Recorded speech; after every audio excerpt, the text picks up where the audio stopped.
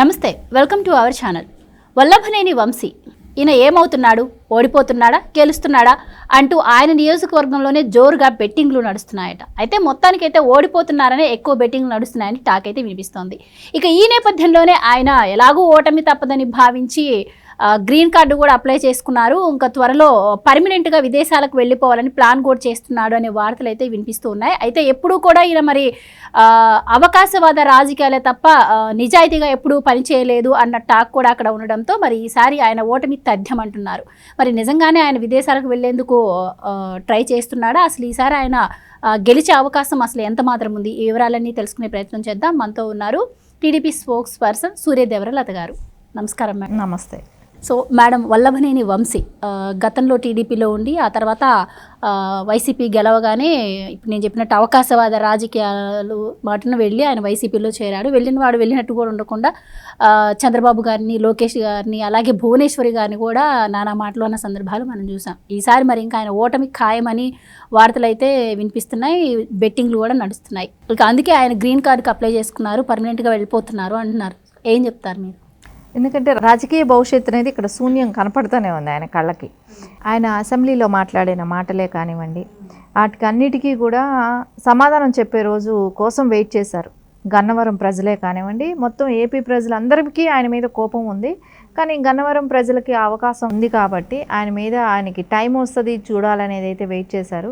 ఎందుకంటే ఏ పార్టీ అయితే అతనికి రాజకీయ భిక్ష పెట్టిందో ఆ పార్టీలో 2 సార్లు టికెట్ తీసుకోవటమే కానివ్వండి, గెలవటం కానివ్వండి, గెలిచిన తర్వాత అసెంబ్లీ సాక్షిగా అసెంబ్లీలో లేని వ్యక్తుల గురించి ఏ కుటుంబం మూలాన బాగుపడ్డారో, ఏ కుటుంబం మూలాన అతనికి రాజకీయ భిక్ష పెట్టిందో ఆ కుటుంబాన్ని విమర్శించటమే కానివ్వండి, ఏ రోజు రాజకీయాల్లో కూడా భువనమ్మ గారు ఎప్పుడూ కూడా లేరు కాబట్టి అలాంటి వ్యక్తిని కూడా అక్కడ మాట్లాడటం ఇవన్నీ జరిగాయి.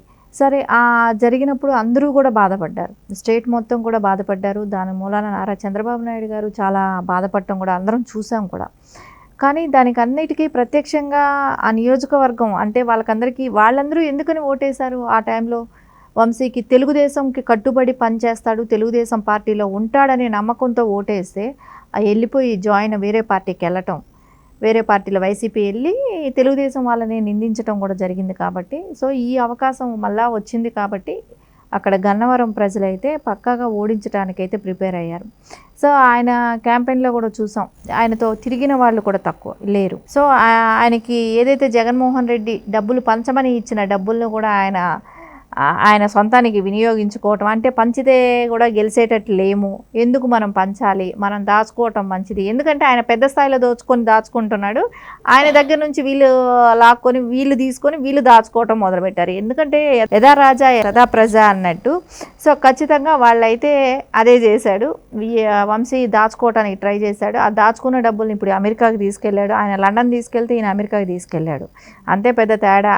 అంటే వాళ్ళ నాయకుడిని చూసే వాళ్ళు అది నేర్చుకున్నారు కదా, ఎవరు వాళ్ళు అక్కడెక్కడ సెట్ అయిపోదాం. సో ఈ 5 ఏళ్ళు ఇక్కడ ఉంటే పడే ప్రాబ్లమ్స్ ఉంటాయి. ఎందుకంటే వీళ్ళు చేసిన అవినీతులన్నీ కూడా ఇప్పుడు బయట వస్తాయి కాబట్టి దాని మూలాన మనం కేసులు ఎందుకు ఇక్కడ ఫేస్ చేయాలి, ఈ ప్రాబ్లమ్స్ ఎందుకు, ఎలాగో ఓడిపోతున్నాం కాబట్టి. సో ఎట్లాగో జగన్మోహన్ రెడ్డి ఇచ్చిన డబ్బు ఉంది, ఈ 5 ఏళ్ళు దోచుకున్న డబ్బులు ఉన్నాయి, ఇవన్నీ తీసుకొని అమెరికాకి వెళ్ళటమే కానివ్వండి, అక్కడికి వెళ్ళి కొంతవరకు బీజేపీలోకి వెళ్ళటానికి ట్రై చేయటం కూడా జరిగింది. ఎందుకంటే ఎట్లాగో వైసీపీ ఓడిపోతుంది, అతను సేఫ్గా ఉండాలంటే బీజేపీకి వెళ్ళాలని ప్లాన్ చేశాడు. సరే, బీజేపీకి అక్కడికి వెళ్ళి ఎవరితోనైనా మాట్లాడించడానికి వాటికి ట్రై చేశాడు. బీజేపీలో కూడా చేర్చుకునే అవకాశాలు కనపడడం లేదు. ఎందుకంటే పొత్తులో ఉంది, పార్టీ పొత్తులో ఉన్నప్పుడు ఎలా అతనికి అవకాశం కల్పించే అవకాశం లేదు. అక్కడ కూడా అందరూ అమెరికాలో అతన్ని తిట్టడం కూడా జరిగింది. నువ్వు మాట్లాడింది తప్పు, నువ్వు ఎందుకు అలా మాట్లాడావంటే తప్పు చేశానని, తప్పుగా మాట్లాడాను, నేను తప్పు చేశాను అని అనటం కూడా జరిగింది. కానీ అది గతంలోనే అన్నాడు. గతంలోని నాకు భువనమ్మ అక్క లాంటిది, నేను ఏదో అనబోయి ఏదో మాట్లాడేశాను, తప్పు అయిపోయిందని అన్నాడు. అన్నా కూడా నువ్వు మాట్లాడిన తర్వాత నువ్వు తప్పు అయిపోయిందన్నా, నువ్వు మాట్లాడేసి ప్రతిసారి తప్పు అయిపోయిందంటే ఎవరు క్షమించరు కదా. అందుకని ఖచ్చితంగా ప్రజలందరూ కూడా అది గమనించారు. నువ్వు మాట్లాడినప్పుడు మాట్లాడావు, మళ్ళీ తప్పు అంటే ఎట్లా ఊరుకుంటారు? సో దాన్ని ఓటు రూపంగా బుద్ధి చెప్పాలనేది అయితే వాళ్ళు ఫిక్స్ అయిపోయారు. సరే, ఇప్పుడు తర్వాత ఆయన అమెరికా వెళ్ళిన తర్వాత కూడా అక్కడ వాళ్ళ దగ్గర కూడా ఆయనకి సరైన సపోర్టింగ్ అనేది అయితే దొరకలేదు. సో అందుకని మనం ఇండియా వెళ్ళిన తర్వాత ఈ కేసులు, ఈ బాధలు, వీటికన్నిటికీ కూడా ఎందుకు, మనం ఇక్కడే సెటిల్ అయ్యి గ్రీన్ కార్డ్ తెచ్చుకోవడానికి, ఎందుకంటే డబ్బులు ఉన్నాయి, గ్రీన్ కార్డ్ తెచ్చుకొని అక్కడే సెటిల్ అవుదామనే ఒక నిర్ణయానికి వచ్చినట్టు కనపడుతున్నాడు. అందుకోసం గ్రీన్ కార్డ్ అప్లై చేసుకోవటం కూడా జరిగింది. గ్రీన్ కార్డు వచ్చిన తర్వాత ఇంకా అక్కడే ఉంటాడో, 5 ఏళ్ళు ఉంటాడా, లేదంటే రాజకీయ భవిష్యత్తుకి ఇంకా శూన్యం అనే చెప్పాలి. ఇంకా రాజకీయం అనేది ఆయనకి అవకాశం కూడా లేదు. ఎందుకంటే గ్రీన్ కార్డ్ వచ్చిన తర్వాత ఇక్కడ వచ్చి పోటీ చేయడానికో, ఇక్కడికి వచ్చి ఇది చేయడానికో ఎలాంటి అవకాశం రాజకీయాల్లో పార్టిసిపేట్ చేయలేడు. కాబట్టి ఖచ్చితంగా ఇంకా రాజకీయ జీవితం దీనితో చాప్టర్ క్లోజ్ అయిపోయింది అనేది అనిపిస్తుంది. ఇంకా ఆయన మిత్రుడైన కొడాలి నాని గారి వంతు కూడా నెక్స్ట్ ఉంది కాబట్టి ఆయన ఏం చేస్తాడనేది కూడా చూడాలి. ఇప్పటికే మూగనోము వస్తున్నాడు. మూగనోము నుంచి ఎప్పుడు బయట వస్తాడో తెలియదు. అంటే ఆయనే కాదు, అందరూ నాయకులు కూడా అదే చేస్తున్నారు. అంటే రిజల్ట్ వచ్చే వరకు వస్తారా, ఈ నోములో ఉంటారా, లేకుండా ఉంటే శాశ్వతంగా అదే నోములో ఉండిపోతారా అనేది కూడా తెలియట్లేదు. ఖచ్చితంగా వాళ్ళ మీద ఉన్న రేపొద్దున అవన్నీ కూడా వాళ్ళు చేసిన అక్రమాలకి అన్నీ కూడా బయట వస్తాయి. వాటిని ఫేస్ చేయడానికైతే రెడీగానే ఉండాల్సిన అవసరం ఉంది. ఇలా ఎంతమంది పారిపోతారో కూడా తెలియదు దేశం వదిలి. రేపొద్దున ఈ ప్రాబ్లమ్స్ ఇప్పుడు మనం కాకాని గారిని మనం చూస్తే కూడా రేవ్ పార్టీలో ఆయన దొరికిన కారులో కూడా పాస్పోర్ట్ ఉందంట. సో ఆ పాస్పోర్ట్ ఉందంటే అర్థం ఏంటి, వీళ్ళు ఎప్పుడైనా జంప్ అయిపోయడానికి కార్లలో రెడీగా తిరుగుతున్నారు. రిజల్ట్స్ వచ్చిన తర్వాత ఎంతమంది వెళ్ళిపోతారో కూడా తెలియదు. ఖచ్చితంగా వీళ్ళందరూ కూడా ఎవరైతే కేసుల్లో ఉన్నారో వాళ్ళందరూ తప్పించుకోవడానికే ప్రయత్నిస్తున్నారు. రేపు పొద్దున వాళ్ళు తప్పించుకున్నంత మాత్రానే వదిలేయకూడదు.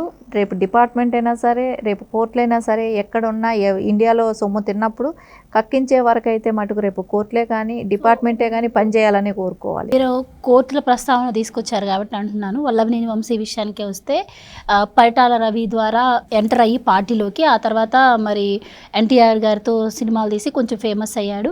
ఆ తర్వాత పార్టీలోకి వచ్చి చంద్రబాబు ద్వారా పదవి పొందాడు. కానీ ఎప్పుడైతే ఈయన వైసీపీలోకి వెళ్ళాడో అవినీతి ఆరోపణలు ఎక్కువైపోయాయి. సో గన్నవరంలో కూడా కమ్మ సామాజిక వర్గం ఎక్కువ కాబట్టి ఈయనకు అంతా కమ్మ సామాజిక వర్గం వ్యతిరేకంగా ఉంది. సో అటు సైడ్ యార్లగడ్డ నిలబడ్డారు కాబట్టి ఆయన గెలిచే ఛాన్సెస్ ఉన్నాయంటున్నారు. సో ఈ అవినీతి ఆరోపణలు ఎంతగా ఎదుర్కొన్నటువంటి వ్యక్తి మీరన్నట్టు మరి విదేశాలకు వెళ్ళాలంటే వైసీపీకి సంబంధించిన వాళ్ళందరూ కూడా పార్టీ ఓడిపోతుంది అనగానే పాస్పోర్ట్లు పెట్టుకొని తిరుగుతున్నారు, గ్రీన్ కార్డులకు అప్లై చేస్తున్నారు. అసలు కోర్టు ఎలా అనుమతిస్తుంది అంటారు వీటన్నింటికి? ఇప్పుడు మన కళ్ళ ముందు కనపడ్డది కదా, 4 రోజుల క్రితం మనం ఏం చూసాం, జగన్మోహన్ రెడ్డి ఏమని అడిగాడు కోర్టుని పర్మిషన్.